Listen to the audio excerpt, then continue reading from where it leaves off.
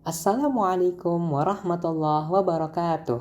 Halo semuanya, perkenalkan kami dari kelompok 6 akan membahas dalam bab 16 yaitu mengelola fungsi MSDM secara strategis yang diampu oleh Ibu Dr. Kemala Hayati SE MSI, Fakultas Ekonomi dan Bisnis Universitas Lampung.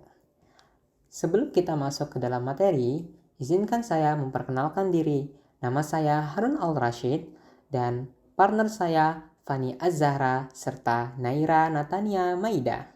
Langsung saja kita masuk ke bagian yang pertama, yaitu aktivitas MSDM. Dalam aktivitas MSDM, terdapat 3 kategori aktivitas MSDM. Yang pertama, transaksional, kedua, tradisional, dan yang terakhir, transformasional. Dalam transaksional, itu mencakup pencatatan, layanan karyawan, dan administrasi tunjangan. Yang kedua, tradisional, mencakup rekrutmen dan seleksi, kemudian pelatihan, dan yang terakhir, ada kompensasi dan hubungan karyawan. Ketiga, transformasional.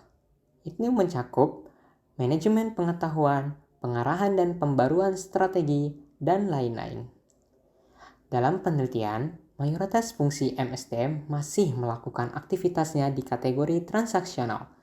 Oleh karena itu, fungsi MSDM harus meningkatkan usahanya dalam aktivitas tradisional dan transformasional agar dapat memberi nilai tambahan bagi perusahaan.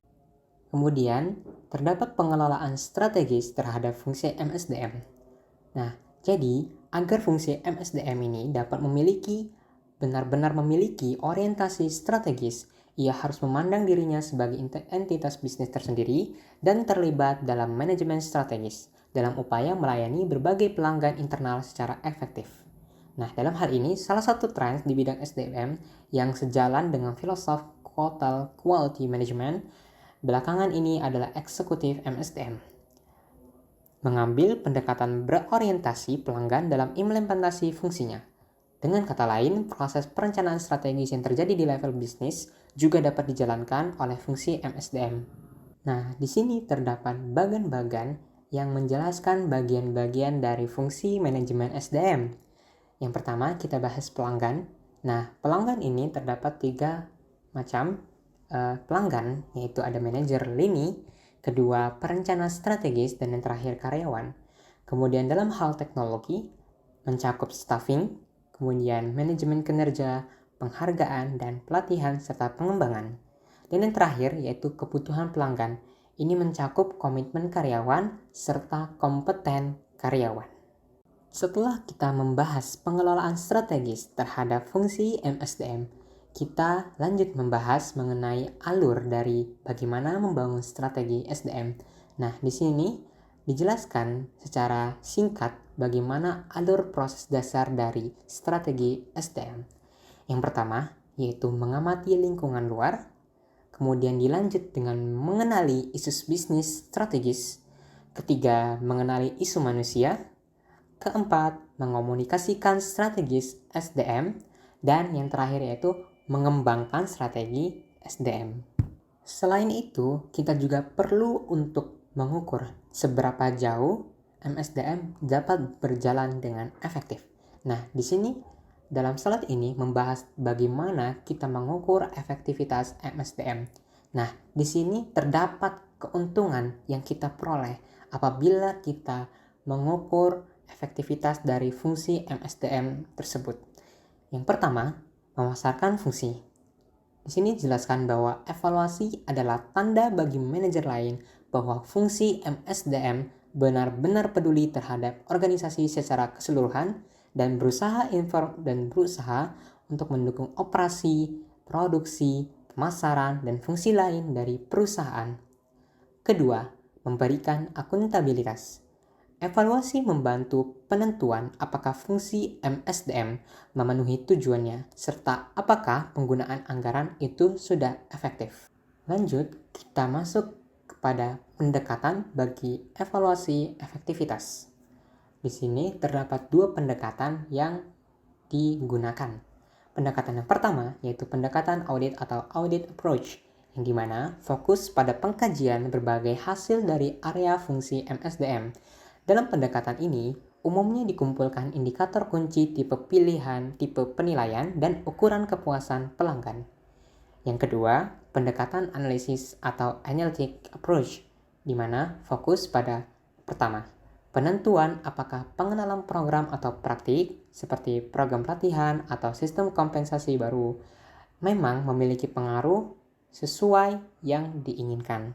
Atau yang kedua, estimasi keuntungan dan kerugian finansial yang diakibatkan oleh praktik MSDM.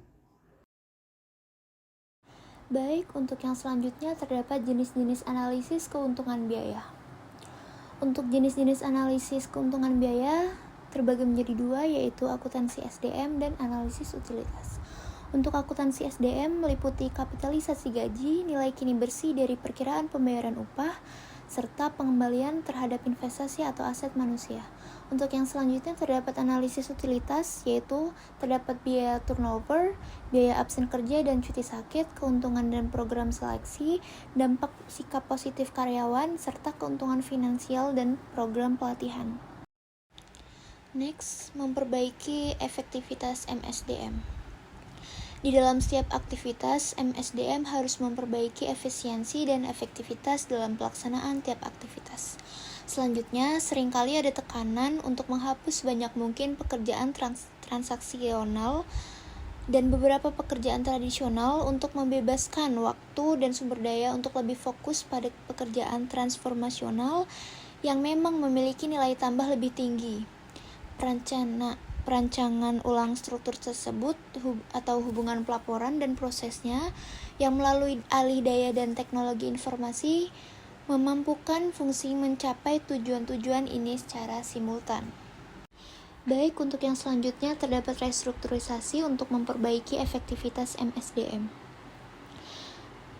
Agar fungsi MSDM benar-benar berkontribusi strategis terhadap efektivitas perusahaan, SDM senior harus menjadi bagian dalam tim manajemen tingkat atas yang melapor langsung ke CEO dan harus ada kesepakatan struktural yang berbeda di dalam fungsi itu sendiri. Fungsi MSDM secara efektif dibagi ke dalam 3 divisi, yaitu yang pertama, pusat keahlian yang berisikan rekrutmen, seleksi, pelatihan, dan kompensasi. Lalu yang kedua terdapat field generalis, yaitu para generalis MSDM yang ditugaskan ke suatu bisnis unit dalam perusahaan. Lalu yang ketiga terdapat pusat pelayanan atau orang-orang yang bertugas memastikan aktivitas transaksional disampaikan ke seluruh organisasi.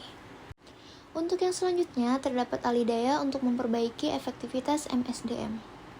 Semakin banyak eksekutif SDM yang berusaha memperbaiki efektivitas sistem, proses, dan layanan suatu sistem alih daya atau outsourcing mengharuskan kontrak dengan vendor luar untuk menyediakan sebuah produk atau jasa kepada perusahaan dan bukan menggunakan karyawan sendiri untuk menghasilkan produk. Dan untuk yang selanjutnya terdapat memperbaiki efektivitas MSDM melalui perancangan ulang proses. Perekayasaan ulang atau re-engineering, pengkajian dan perancangan ulang terhadap proses kerja untuk membuatnya lebih efisien dan memperbaiki kualitas layanan atau produk akhir. Untuk prosesnya, yang pertama, identifikasi proses yang akan direkayasa ulang. Selanjutnya terdapat pemahaman proses. Selanjutnya terdapat perancangan ulang proses. Dan untuk yang terakhir, implementasi proses baru. Selanjutnya terdapat memperbaiki efektivitas MSDM melalui penggunaan teknologi baru atau sistem informasi. Berbagai teknologi baru dapat membantu memperbaiki efektivitas fungsi MSDM. Teknologi baru biasanya melibatkan otomatisasi, yakni menggantikan tenaga manusia dengan alat, pengolahan informasi, atau kombinasi keduanya. Dalam MSDM, teknologi telah digunakan untuk 3 fungsi luas, yaitu pengolahan transaksi, pelaporan, dan penelusuran. Teknologi suara interaktif. Teknologi ini menggunakan komputer pribadi konvensional untuk membuat sistem penjawab telepon otomatis dan sangat berguna untuk masalah administrasi tunjangan. Karyawan juga dapat langsung terlibat dengan program dan berbicara kepada MSDM sewaktu-waktu mereka memiliki pertanyaan. Selanjutnya, jaringan dan arsitektur client server. Jaringan adalah kombinasi komputer desktop, terminal komputer, dan komputer mainframe yang berbagi akses ke basis data dan alat penyaluran informasi ke seluruh sistem. Bentuk umum jaringan biasanya meliputi arsitektur client-server. Arsitektur client-server menyediakan sarana konsolidasi data dan aplikasi ke dalam satu sistem, kemudian data ini dapat diakses oleh banyak orang. Kemudian basis data relasional. Basis data berisi beberapa berkas data yang tersusun dari informasi karyawan yang berisi data field. Dalam sebuah data relasional, informasi disimpan dalam berkas terpisah yang mirip sebuah tabel. Berkas ditautkan oleh elemen umum seperti nama, nomor pengenal, dan lokasi. Berbeda dengan struktur berkas biasanya, di mana semua data yang terkait dengan seorang karyawan disimpan dalam satu berkas. Kemudian pencitraan. Pencitraan mengacu pada pemindaian dokumen, menyimpannya secara elektronik, lalu menarik informasi tersebut. Pencitraan berguna karena berkas kertas memakan banyak tempat dan sulit diakses. Pencitraan telah digunakan dalam penjajakan pelamar dan manajemen tunjangan. Kemudian sistem pakar. Sistem pakar dibagi menjadi 3 elemen. Yang pertama, basis pengetahuan yang berisi fakta, angka, dan aturan menyangkut subjek tertentu. Yang kedua, kemampuan pengambilan keputusan yang menarik dari fakta dan angka tadi untuk menyelesaikan masalah dan menjawab pertanyaan. Yang ketiga, antarmuka pengguna yang mengumpulkan dan memberi informasi kepada orang yang menggunakan sistem. Kemudian, aplikasi peranti lunak untuk MSDM. Yang pertama, memperbaiki efektivitas MSDM melalui teknologi baru EHRM. Yang kedua, perekrutan dan seleksi. Yang ketiga, kompensasi dan penghargaan. Dan yang terakhir, pelatihan dan pengembangan. Selanjutnya, masa depan para profesional SDM. Masa depan bagi karir dalam profesi MSDM jauh lebih cerah dari sebelumnya. CEO harus mengenali pentingnya angkatan kerja mereka dalam pengendalian keberhasilan bersaing. Perusahaan harus mencari keseimbangan antara menarik, memotivasi, mempertahankan bakat terbaik, mempertahankan biaya buruh, dan administrasi serendah mungkin.